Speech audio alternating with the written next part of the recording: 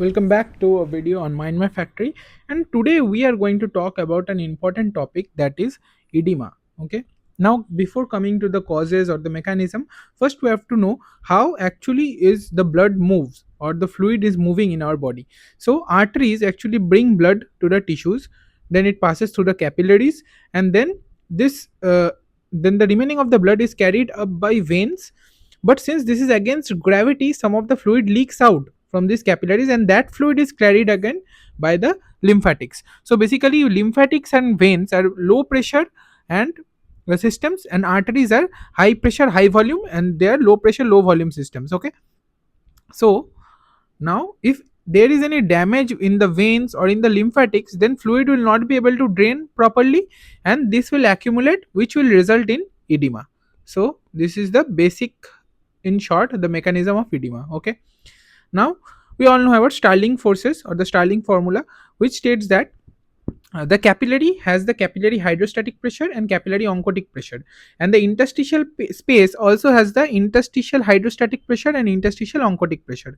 Now hydrostatic pressure always pushes fluid out, so capillary hydrostatic pressure which will push the fluid out of the capillaries, whereas oncotic pressure or oncotic forces pull fluid. So capillary oncotic pressures or basically will pull on the fluid. Okay, whereas interstitial will pull the fluid out of the capillaries. So now, since the interstitial hydrostatic pressure and interstitial oncotic pressure are really small, we can ignore this.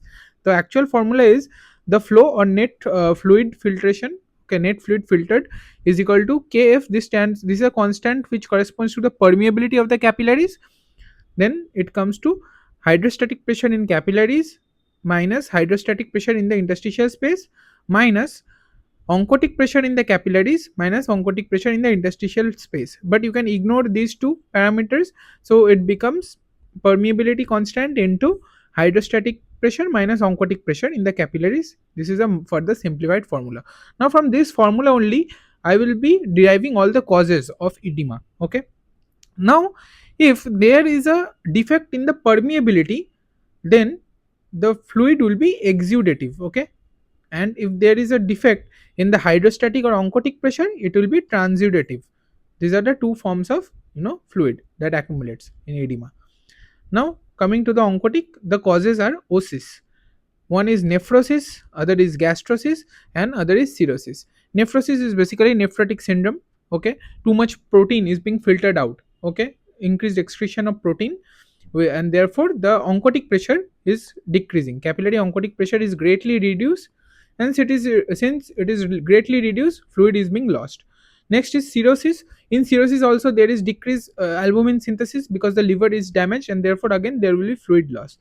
And in gastrosis, the protein cannot be synthesized due to malnutrition or protein malnutrition. So all of this will result in decrease in plasma protein concentration, primarily albumin, and result in edema. And this will be global edema since it is affecting the whole body. This is also known as anasarca. Okay, now coming to the hydrostatic pressure causes, it can be remembered by the 6 C's. Okay, congestive heart failure, cuts basically affect the lymphatic drainage, then clots like DVT. If there is deep venous thrombosis, suppose in this here if there is a thrombosis, then the fluid will not be drained properly and it will accumulate. Suppose it happens in one of the legs, so the leg becomes swollen. Okay, so clots stand for DVT. Cancer or compression also will be affecting the drainage in a similar way like DVT. And cirrhosis here causes portal hypertension. In portal hypertension, what happens? There is ascites, which is also basically a form of edema. Okay, now coming to the exudative, that is problem due to defect in permeability constant. It can be a systemic edema or it can be local edema. Locally, when there is suppose an allergic reaction to certain part of your body. Okay, in anaphylaxis it will again be systematic. And suppose there is a local trauma, there is inflammation, right? When inflammation occurs, your capillaries become leaky and there is fluid loss. Just remember that. So locally there may be swelling. And in systemic cases, if there is sepsis or there is pancreatitis, all of both of these cause systemic inflammation. It can result in acute respiratory distress syndrome. So these are the exudative causes and transudative causes of edema. So hope I was able to simplify the concept of edema and how you will be able to derive all the causes of edema just from the formula of the Starling Forces formula. So if you like this video, make sure you subscribe to my channel, and do let me know in the comment section what you liked about this video or something that you didn't like.